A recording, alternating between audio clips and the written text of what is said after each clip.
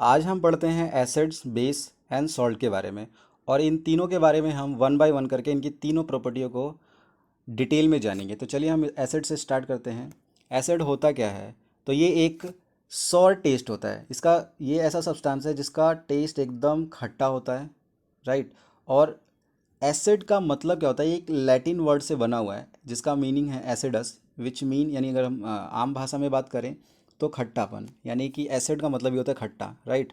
और ये क्या करता है? अगर हमारे पास ब्लू लिटमस पेपर है तो ये उसको रेड में कन्वर्ट कर देगा, राइट। ब्लू कलर से ये रेड में चेंज कर देगा लिटमस पेपर को। और ये जब भी एक्वस सॉल्यूशन होगा तो एक्वस सॉल्यूशन के अंदर ये H+ आयन बनाता है।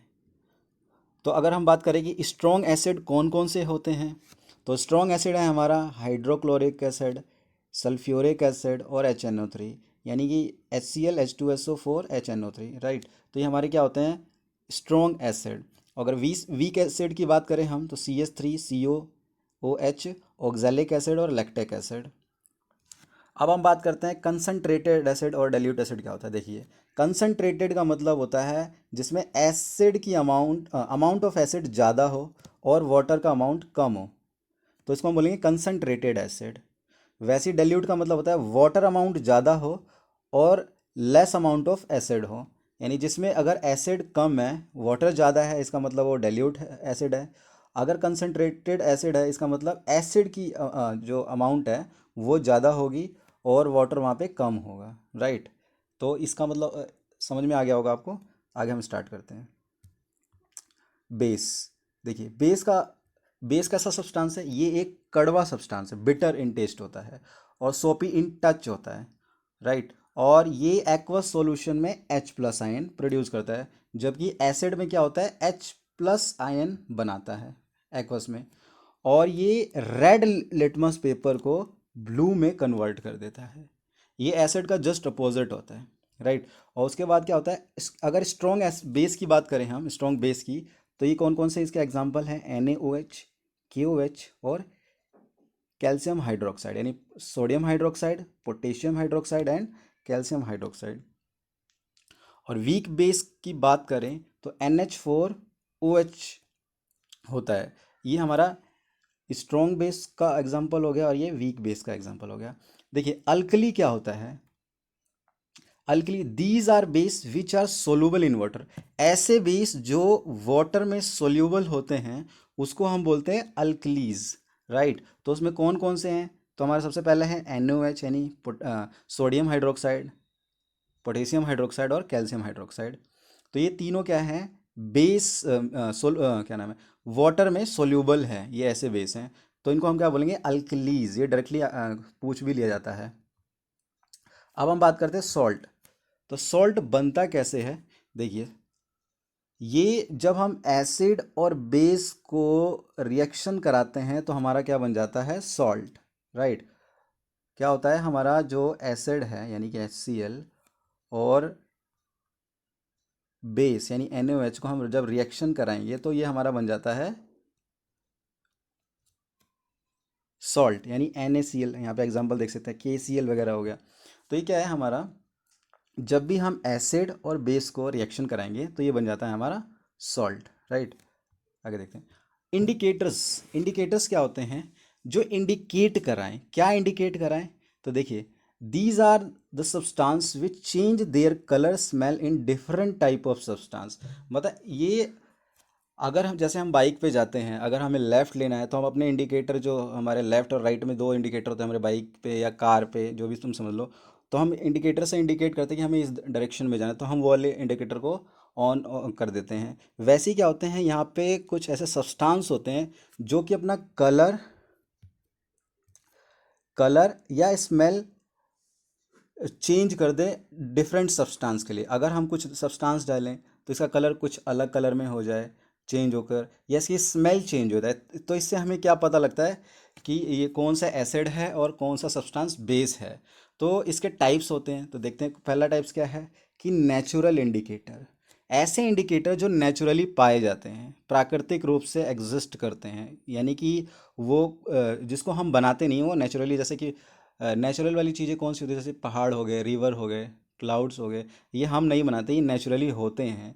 तो वैसे ही क्या होता है, कुछ इंडिकेटर्स जो होते हैं नेचुरली एग्जिस्ट करते हैं, जैसे कि हमारा हो गया लिटमस, रेड कैबेज लीव्स, और फ्लावर ऑफ हाइड्रेंजा, जो कि आप ये पिक्चर में आप देख सकते हैं, और टर्मरिक यानी कि हल्दी, ये क्या है, नेचुरल इंडिकेटर का एग्जांपल हैं। और दूसरा होता है सिंथेटिक इंडिकेटर। ये क्या होते हैं, ये केमिकल सब्सटेंस से मिलकर बनाए गए होते हैं। जैसे कि इसमें पहला एग्जांपल है, इसमें क्या है, मिथाइल ऑरेंज, और दूसरा है फिनोप्थिलिन। ये दोनों जो हैं, ये क्या है, सिंथेटिक इंडिकेटर, यानी कि ह्यूमन मेड इंडिकेटर, जो कि हमारे द्वारा बनाए गए हैं। दूसरा होता है ओल फैक्ट्री इंडिकेटर। ऐसे इंडिकेटर, जैसे कि आप मैं बताता हूँ, सिंथेटिक इंडिकेटर में मिथाइल ऑरेंज, तो ये आप पिक्चर में ये देख सकते हैं। उसके बाद बात बात करते हैं हम ऑल फैक्ट्री इंडिकेटर की। ऑल फैक्ट्री मीन्स जो कि दी सब्सटेंस हैव डिफरेंट ऑर्डर, यानी जिसकी स्मेल से हमें पता लग जाए, उसकी अलग अलग स्मेल हो, तो उससे हमें पता लग सकता है कि एसिड कौन सा है, बेस कौन सा है। तो ये कुछ ऐसे सब्सटेंस होते हैं जिसके ऑर्डर, यानी कि उसके महक से हमें पता लग जाए कि कौन से एसिड हैं, कौन से बेस हैं। तो ये क्या होता है, कुछ हमारे इंडिकेटर्स थे। अब हम करते हैं क्या, जो भी हमारे एसिड हैं या फिर बेस हैं, तो उसको हम रिएक्शन करा के देखते हैं। ये क्या, हम रिएक्शन क्यों कराएंगे, ताकि हम इसकी केमिकल प्रॉपर्टी को समझ सकें, राइट। तो हम पहले देखते हैं कि मेटल के साथ हम एसिड को रिएक्ट कराते हैं। तो देखिए, ये इसका जनरल फॉर्मूला है कि एसिड और मेटल जब भी हम रिएक्ट कराएंगे तो सॉल्ट बनेगा और हाइड्रोजन गैस रिलीज होगी, राइट। तो जैसे कि हमने यहाँ पे एग्जांपल देखा, एसिड हमने लिया HCl, और मेटल के तौर पे हमने जिंक को ले लिया। जब हमने इन दोनों को रिएक्ट कराया तो ZnCl2 बना, जो कि एक सॉल्ट है, और हाइड्रोजन गैस निकली। वैसे ही हम इस मेटल को सेम हम बेस के साथ कराते हैं। बेस यानी कि NaOH सोडियम हाइड्रोक्साइड, यानी कि, और मेटल के तौर पे हम जिंक यहाँ पे भी ले रहे हैं, जैसे कि हमने पहले यहाँ पे भी लिया था।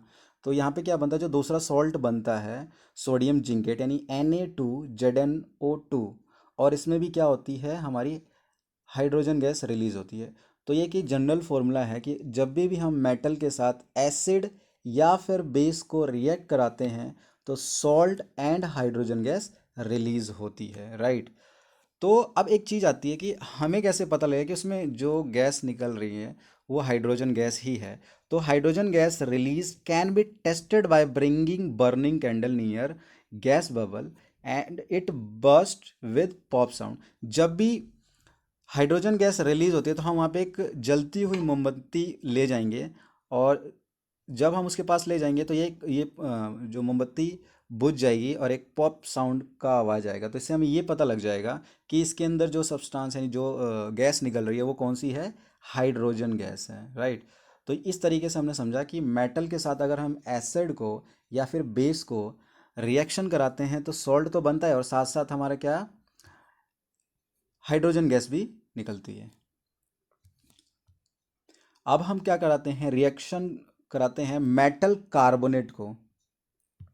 क्या कराते हैं हम, एसिड को मेटल कार्बोनेट या मेटल हाइड्रोजन कार्बोनेट के साथ कराएंगे तो क्या होगा, ये चेक करते हैं। तो देखिए, एसिड है, उसको अगर हम मेटल कार्बोनेट या मेटल हाइड्रोजन कार्बोनेट के साथ कराएंगे तो सॉल्ट तो बनेगा ही, प्लस CO2 यानी कार्बन डाइऑक्साइड प्लस H2O निकलेगा, राइट।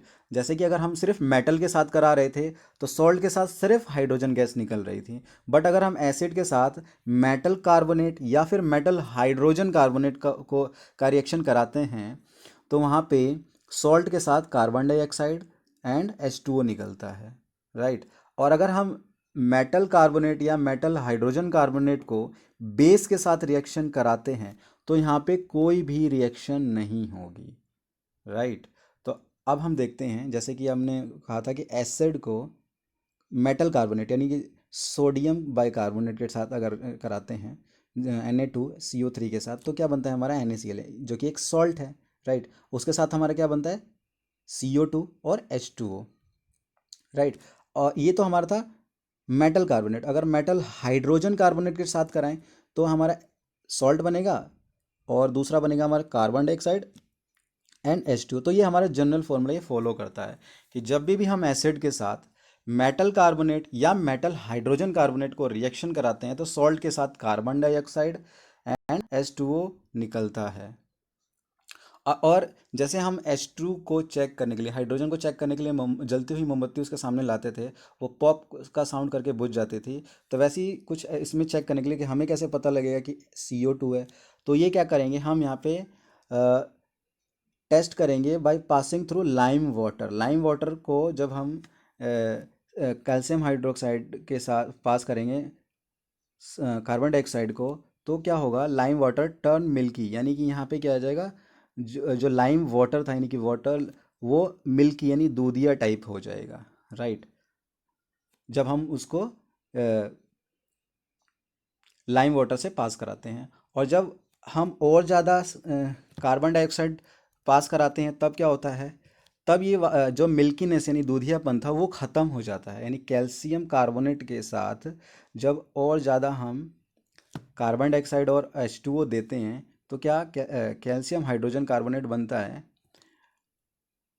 और जो उसकी मिल्कीनेस होती है यानी जो दूधिया दूधिया वाइटनेस जो होती है वो ख़त्म हो जाती है। राइट। तो ये चीज़ हमने सीखी कि मेटल कार्बोनेट या मेटल हाइड्रोजन कार्बोनेट के साथ जब हम एसिड को रिएक्शन कराते हैं तो वहाँ पे हमारा सॉल्ट और कार्बन डाइऑक्साइड बनता है प्लस H2O बनता है। राइट।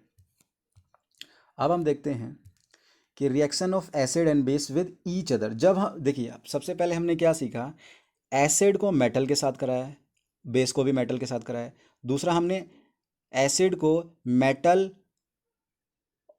कार्बोनेट के साथ कराया, और दूसरा मेटल हाइड्रोजन कार्बोनेट के साथ कराया। अब हम क्या करते हैं, मेटल को क्या नाम है, सॉरी, एसिड और बेस को आपस में रिएक्शन कराते हैं तब क्या होता है। तो जब हम ये इसका जनरल फॉर्मूला ये है कि अगर हम एसिड और बेस को आपस में रिएक्शन कराएं तो सॉल्ट बनेगा प्लस H2O आएगा। यानी कि इस रिएक्शन का नाम होता है, जब भी हम एसिड और बेस को रिएक्ट कराते हैं तो वो कहलाती है न्यूट्रलाइजेशन रिएक्शन। यानी कि सारी चीज़ न्यूट्रल हो जाती है, इसलिए इसका नाम पड़ा है न्यूट्रलाइजेशन रिएक्शन। राइट। तो reaction of acid with base is called neutralisation reaction. देखिए यहाँ पे हमने एसिड यानी HCl लिया, और बेस के तौर पे हमने NaOH लिया, तो क्या बना हमारा सॉल्ट यानी NaCl प्लस H2O। राइट। तो ये तो हमने एक बात कर ली न्यूट्रलाइजेशन रिएक्शन की। अब हम बात करते हैं कि अगर हम स्ट्रॉन्ग एसिड को वीक बेस के साथ कराएंगे तो क्या होगा। तो जो सॉल्ट बनेगा वो होगा एसिडिक इन नेचर होगा, और H2O तो होगा ही होगा। वैसे ही हम दूसरा एग्जांपल लेते हैं, अगर वीक एसिड के साथ स्ट्रॉन्ग बेस का कराएं तो बेसिक सॉल्ट होगा। वैसे ही अगर हम स्ट्रॉन्ग एसिड और स्ट्रॉन्ग बेस करें तो यहाँ पे जो सॉल्ट बनेगा वो होगा न्यूट्रल। राइट। अगर हम वीक एसिड के साथ वीक बेस का कराएं तो भी क्या होगा, हमारा न्यूट्रल सॉल्ट बनेगा, और H2O चारों केस में आएंगे। बस हमें ये ध्यान रखना है कि चारों में होगा क्या, जो चीज़ स्ट्रॉन्ग होगी वो तो होगी ही होगी। जैसे कि स्ट्रॉन्ग एसिड है तो स्ट्रॉन्ग सॉल्ट बन जाएगा, स्ट्रॉन्ग बेस है तो बेसिक सॉल्ट होगा। अगर दोनों ही स्ट्रॉन्ग स्ट्रॉन्ग हैं तो न्यूट्रल हो जाएगा, या दोनों वीक वीक हैं तो दोनों क्या हो जाएंगे, न्यूट्रल सॉल्ट बनेंगे। राइट। अब देखते हैं हम रिएक्शन कराते हैं मेटेलिक ऑक्साइड को एसिड के साथ तो क्या होता है। देखिए, मेटेलिक ऑक्साइड यानी जितने भी मेटल है उसके साथ ऑक्साइड यानी मेटेलिक यानी कैल्शियम ऑक्साइड या फिर मैग्नीशियम ऑक्साइड। ठीक है। तो अगर हम कराते हैं, ये है हमारा कैल्शियम ऑक्साइड, और इसको हम एसिड के साथ यानी HCl के साथ कराते हैं तो क्या बनेगा, हमारा सॉल्ट बनेगा यानी कैल्शियम क्लोराइड प्लस H2O। तो इसका जनरल फॉर्मूला हमें ये बेसिकली याद रखना है कि जब भी मेटेलिक ऑक्साइड के साथ एसिड को कराते हैं तो सॉल्ट और वाटर बनता है। वैसे ही अब हम क्या कराते हैं, नॉन मेटेलिक को बेस के साथ कराते हैं। ठीक है। तो अब देखते हैं, देखिए नॉन मेटेलिक यानी कि जो नॉन मेटल है उसको बेस के साथ कराते हैं। नॉन मेटल यानी जैसे कि हो गया कार्बन डाइऑक्साइड। राइट। और बेस हमारा हो गया कि CaOH2 या फिर NaOH भी ले सकते हैं। तो यहाँ पे इन्होंने क्या लिया, कैल्शियम हाइड्रो ऑक्साइड।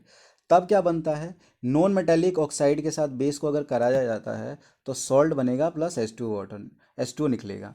तो वहाँ पे सॉल्ट जो बनता है क्या है, कैल्शियम कार्बोनेट यानी CaCO3 प्लस H2O। राइट। तो ये हमने मेटेलिक ऑक्साइड को एसिड के साथ कराया तो हमारा ये बना, एंड नॉन मेटेलिक ऑक्साइड को बेस के साथ कराया तो सॉल्ट एंड वाटर बना।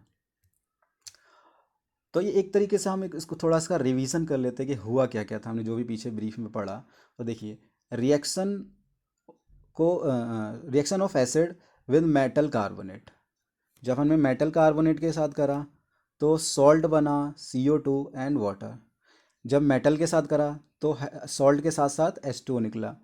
एंड जब एसिड के साथ हमने metal hydrogen carbonate, metal carbonate हो या फिर हाइड्रोजन कार्बोनेट, बनता हमारा दो प्रोडक्ट है सॉल्ट के साथ, वो क्या है, CO2 एंड H2O। राइट। जब मेटल कार्बोनेट हो या फिर हो मेटल हाइड्रोजन कार्बोनेट, बनता क्या है, CO2 प्लस H2O। दोनों केस में मेटल कार्बोनेट हो या फिर हो मेटल हाइड्रोजन कार्बोनेट, और मेटल के साथ सिर्फ H2O गैस निकलती है। अगर मेटेलिक ऑक्साइड के साथ कराते हैं तो सॉल्ट के साथ H2O निकलता है, और एसिड और बेस के साथ करते तो जो न्यूट्रलाइजेशन वाली रिएक्शन होती थी वो वाली है, जिसमें कि सॉल्ट तो बनता ही है एंड ये क्या होता है, H2 निकलता है इसके साथ। राइट। वैसे ही अगर हम बेस के साथ बात करें, अगर हम मेटल के साथ कराते थे तो सॉल्ट के साथ H2 निकलता था, और मेटल कार्बोनेट हो या फिर मेटल हाइड्रोजन कार्बोनेट, दोनों केस में रिएक्शन नहीं होती है। ये ध्यान रखने वाली चीज़ है। कई बार ये क्वेश्चन डायरेक्टली पूछा जाता है कि अगर हम बेस के साथ मेटल कार्बोनेट या फिर मेटल हाइड्रोजन कार्बोनेट रिएक्ट कराएं तो क्या होगा। तो प्लीज़ इसको याद रखना कि कोई भी रिएक्शन नहीं होगी। ओके।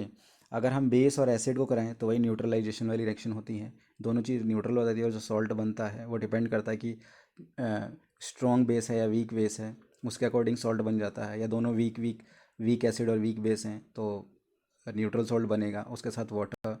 एंड अगर हम बेस को नॉन मेटेलिक ऑक्साइड के साथ कराते हैं तो सॉल्ट के साथ H2O बनता है, जो कि दोनों केस में सेम है। यहाँ पे मेटेलिक ऑक्साइड के साथ सॉल्ट के साथ H2O बनता था, यहाँ पे नॉन मेटेलिक ऑक्साइड के साथ H2O बनता है। राइट। तो आगे देखते हैं। अब ये चीज़ देखेंगे कि इन दोनों में कॉमन क्या होता है, एसिड है या फिर बेस है, इन दोनों में ऐसी क्या चीज़ कॉमन है वो देखते हैं। तो देखिए क्या होता है, जितने भी एसिड हैं, चाहे वो KCl हो यानी पोटेशियम क्लोराइड हो, या फिर HCl यानी हाइड्रोजन क्लोराइड हो, उनमें क्या चीज़ कॉमन होती है, तो वो होती है H+ आयन। यानी कोई सा भी एसिड हो, एसिड हमें कैसे पता लगता है, मतलब अगर उसके पीछे H हो यानी कि उसमें H+ आयन होगा तो इट मीन्स कि वो एसिड है। और जितने भी एसिड हैं उनमें H+ आयन होता है। राइट। और ये जितने भी ये H+ आयन क्या शो करता है, ये उसकी स्ट्रेंथ यानी उसकी रिस्पॉन्सिबिलिटी ऑफ एसिड की प्रॉपर्टी को बताता है। राइट। कि कितना ज़्यादा उसमें H+ आयन है यानी उतना ज़्यादा वो स्ट्रॉन्ग एसिड होगा। अगर वो बेस है तो उसमें क्या होता है, जितने भी बेस होंगे, चाहे हो सोडियम हाइड्रोक्साइड या हो पोटेशियम हाइड्रोक्साइड, तो इसमें क्या है कि H- यानी OH- सॉरी OH- हमेशा क्या होता है, यहाँ पे कॉमन होता है हर एक बेस में। और उसमें क्या होता है, HCl है तो इसमें क्या है, H कॉमन होता है, H आयन इसमें कॉमन होता है, और इसके अंदर होता है OH-। तो एसिड के लिए होता है H+ आयन, और बेस के लिए होता है OH- आयन। राइट। तो ये सारी चीज़ कॉमन होती है हर एसिड के लिए। हर एसिड में H+ आयन होगा और हर बेस में OH- आयन होगा। अब देखते हैं एसिड और बेस को जब हम वाटर सॉल्यूशन में करते हैं तो क्या होता है। देखिए, acid produce H+ ion in presence of water. अगर हम एसिड को एक सॉलिड रूप में हो, सॉलिड स्टेट में हो, या फिर एक पाउडर वाले स्टेट में हो, तो वहाँ पे H+ आयन नहीं प्रोड्यूस करेगा। जब ये H+ आयन कब प्रोड्यूस करेगा, जब ये वाटर सोल्यूशन में, वाटर की प्रेजेंस में होगा, तब एसिड हमारा H+ आयन शो करेगा। राइट। और H जो आयन होता है वो कभी भी अलोन एग्जिस्ट नहीं करता। वो हमेशा हाइड्रोनियम यानी H3O पॉजिटिव हाइड्रोनियम आयन के रूप में एग्जिस्ट करता है। जैसे यहाँ पे आप रिएक्शन देख सकते हैं, जैसे H2O है, इसमें एक और H आयन मिल गया तो ये क्या बन जाता है, H3O+, यानी ये होता है हमारा हाइड्रोनियम आयन। और ये बनता कैसे है, अगर जैसे यहाँ पे एसिड है यानी HCl है, और ये हमारा क्या, H2O, तो यहाँ से हमारा ये ब्रेक हो जाएगा, H अलग हो जाएगा और ये इसके H2O के साथ जुड़ के हाइड्रोनियम आयन बना लेता है, राइट। उसी प्रकार क्या होता है, बेस को जब हम वाटर में डिसॉल्व करते हैं, बेस को जब हम वाटर में डिसॉल्व करते हैं यानी इसमें, तो ये Na अलग हो जाता है और OH नेगेटिव आयन इसमें बन जाता है, राइट। वैसे ही मैग्नीशियम हाइड्रोक्साइड है, तो जब हम इसको वाटर में डिसॉल्व करेंगे तो यहाँ पे क्या आयन आएगा, OH नेगेटिव। जैसा कि हमने पढ़ा था, जितने भी बेस हैं उनमें OH नेगेटिव कॉमन होता है आयन, और जितने भी एसिड होते हैं उसमें H प्लस आयन कॉमन होता है। लेकिन H प्लस आयन कभी भी अकेला एग्जिस्ट नहीं करता, वो हाइड्रोनियम आयन के रूप में रहेगा या फिर किसी एसिड के साथ रहता है। वैसे सेम OH नेगेटिव का भी है, वो भी हमेशा अकेला नहीं रहता, वो किसी बेस वगैरह के साथ रहता है। और जितने भी बेस सॉल्यूशन जितने भी बेस वाटर में सॉल्व होंगे, सोल्यूबल होंगे, उसको हम क्या कहते हैं, अल्कली। क्या कहते हैं हम, अल्कली, राइट। अब बात करते हैं हम कि जब हम एसिड को डेल्यूट करते हैं, डेल्यूट का मतलब कि हम एसिड की मात्रा, अमाउंट ऑफ एसिड को हम कम करते हैं, तो कैसे करते हैं। तो इसके दो तरीके दिखा रखे हैं, इसको समझते हैं। देखिए, अगर हम एसिड के अंदर वाटर डालें तो क्या होगा, वहाँ पे एक एक्सोथर्मिक रिएक्शन होगी। एक्सोथर्मिक यानी कि इसमें इतनी ज़्यादा हीट प्रोड्यूस होगी कि बहुत ज़्यादा प्रकाश ज्वलित होगा और कंटेनर टूट भी सकता है या फिर ब्लास्ट भी हो सकता है। तो कभी भी हम जब भी एसिड को डेल्यूट करना हो तो हम वाटर नहीं डालते, एसिड में वाटर नहीं डालते, हम क्या करते हैं, वाटर में एसिड डालते हैं, एसिड में वाटर कभी नहीं डालते, राइट। क्योंकि वहाँ पे एक्सोथर्मिक रिएक्शन होती है जिसमें बहुत ज़्यादा हीट प्रोड्यूस होती है, जनरेट होती है वहाँ पे, और स्प्लैश आउट होता है जिसके कारण ग्लास कंटेनर ब्रेक हो सकता है और ये एक दुर्घटना भी हो सकती है। इसलिए हम कभी भी एसिड के अंदर वाटर नहीं डालते, एसिड के अंदर वाटर नहीं डालते। हमेशा अगर हमें एसिड को डेल्यूट करना है यानी उसकी कंसंट्रेशन को कम करना है, तो हम वाटर के अंदर ड्रॉप बाय ड्रॉप करके एसिड डालेंगे और उसको हिलाते रहेंगे ताकि वो अच्छी तरह डेल्यूट हो जाए, राइट। तो इस तरीके से इसको हम क्या कहते हैं, डेल्यूट करते हैं। डेल्यूट यानी कंसनट्रेटेड एसिड का मतलब आपको जैसे पता ही होगा, जिसमें एसिड की मात्रा ज़्यादा हो, और डेल्यूट एसिड का मतलब जिसमें एसिड कम हो, वाटर ज़्यादा हो। तो डेल्यूट करने का मतलब ही ऐसी है कि एसिड है, उसके अंदर ड्रॉप बाय ड्रॉप करके एसिड को हम डेल्यूट करा जाए, राइट। तो यहाँ पे वही है, चीज़ें समझा रखी हैं कि अगर हम वाटर को ऐड करते हैं एसिड में तो ग्लास कंटेनर टूट सकता है ज़्यादा हीट की वजह से, एक्सोथर्मिक रिएक्शन की वजह से, राइट।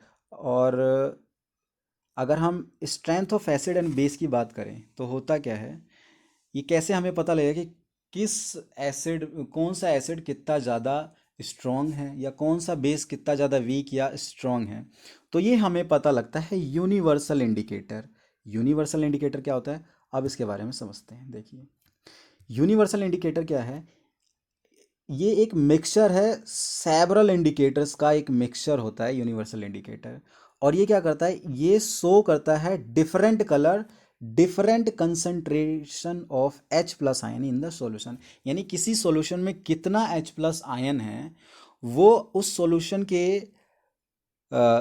के H प्लस आयन की कितनी कंसंट्रेशन है उसके हिसाब से वो कलर उसमें दिया रहता है, राइट। यानी क्या करता है, ये हर एक डिफरेंट कंसंट्रेशन पे कलर शो करता है, और उस जितनी जैसे जितनी जितनी ज़्यादा अमाउंट में उसके H प्लस आयन की कंसंट्रेशन होगी, कम होगी तो दूसरा कलर शो करेगा, ज़्यादा होगी तो कुछ और कलर शो करेगा। As you can see in the picture, जैसे यहाँ पे क्या है, ये एक कलर चार्ट है, इसको हम बोलते हैं पीएच स्केल, जिसमें कि अगर किसी सॉल्यूशन में कितना H प्लस आयन है उसके हिसाब से इसकी रेटिंग दी गई है, राइट। तो देखिए, ये पीएच स्केल क्या होता है इसको जानते हैं। ये एक ऐसा स्केल है जो क्या मेज़र करता है, H प्लस आयन की कंसंट्रेशन को। पीएच स्केल क्या मेज़र करता है, क्या नापता है, यानी क्या मापता है, यानी क्या करता है, ये H प्लस आयन की कंसंट्रेशन को मेज़र करता है। और पी, जो पीएच के अंदर पी है, इसका मतलब होता है पोटेंजा। पोटेंजा यानी पोटेंशियल या फिर पावर, राइट। अगर देखिए, और इसके रेटिंग को कैसे देखते हैं, तो अगर पीएच वैल्यू 7 शो कर रहा है, यानी कि यहाँ पे,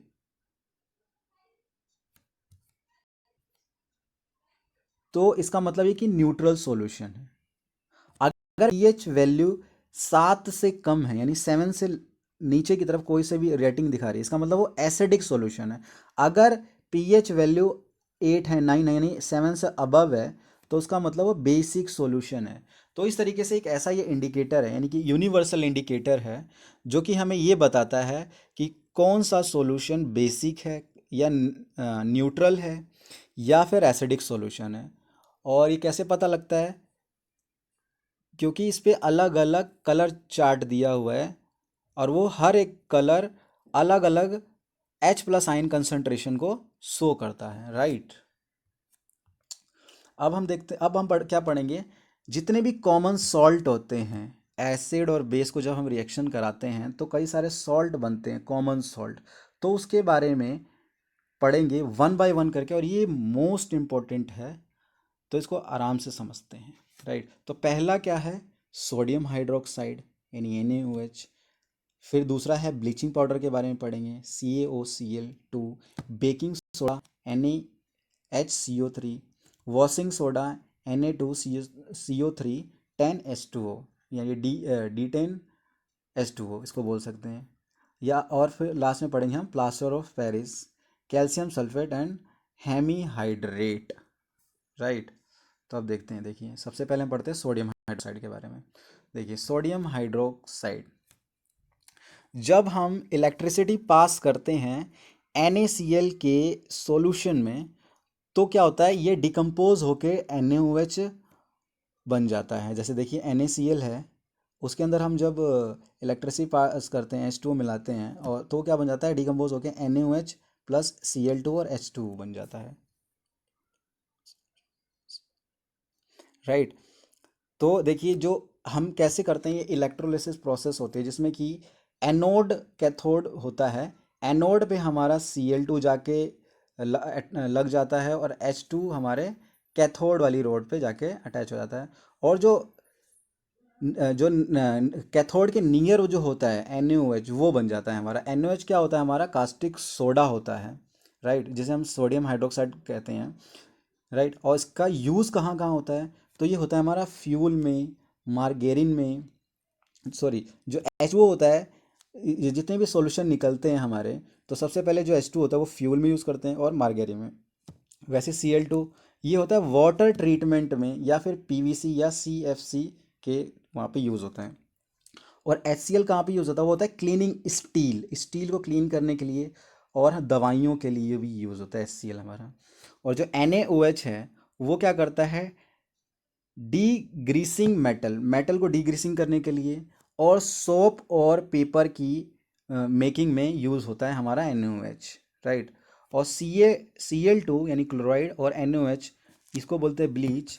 ये हाउस होल्ड ब्लीच करने का काम आता है, और ब्लीचिंग फैब्रिक्स, यानी जो कपड़े होते हैं उनको ब्लीच करने के काम आता है NaOH एंड Cl2, राइट। अब हम पढ़ते हैं bleaching powder. It produce by the action of chlorinate chlorine on dry slaked lime. जब हम कैल्शियम हाइड्रोक्साइड के साथ क्लोराइड की रिएक्शन कराते हैं, तो कैल्शियम ऑक्सीक्लोराइड बनता है, जो कि हमारा होता है ब्लीचिंग पाउडर, और H2O निकलता है, राइट। ये इस तरीके से बनता है, ये प्रोसेस है, इसको याद रखिएगा। ये कैल्शियम ऑक्सीक्लोराइड बनता है कैसे है, तो ये क्या होता है, जब हम क्लोरीन के साथ कैल्शियम हाइड्रोक्साइड को, यानी कि स्लैक लाइम को, कैल्शियम क्लोरीन के स्लैक लाइम को क्लोरीन के साथ रिएक्शन कराते हैं, तो कैल्शियम ऑक्सीक्लोराइड क्लोराइड बनता है, और H2O निकलता है, राइट।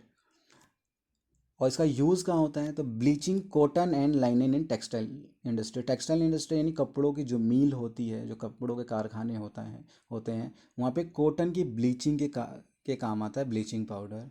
दूसरा आता है क्या, पेपर और वुड के जो पल्प होते हैं, जो बुरादा होता है, उसकी ब्लीचिंग के काम आता है पेपर फैक्ट्री में। और जो वुड के होते हैं, वुड के बुरादे होते हैं, पल्प होते हैं, उनकी ब्लीचिंग के काम आता है। दूसरा क्या आता है, oxidising agent in chemical industry. Chemical industry में एज अ ऑक्सीडाइजिंग एजेंट का काम करता है हमारा ब्लीचिंग पाउडर। लास्ट है, ड्रिंकिंग वाटर को डिसइंफेक्ट करने के काम भी आता है ब्लीचिंग पाउडर। तो ये हमने देखा ब्लीचिंग पाउडर के बारे में, राइट। अब आगे देते हैं।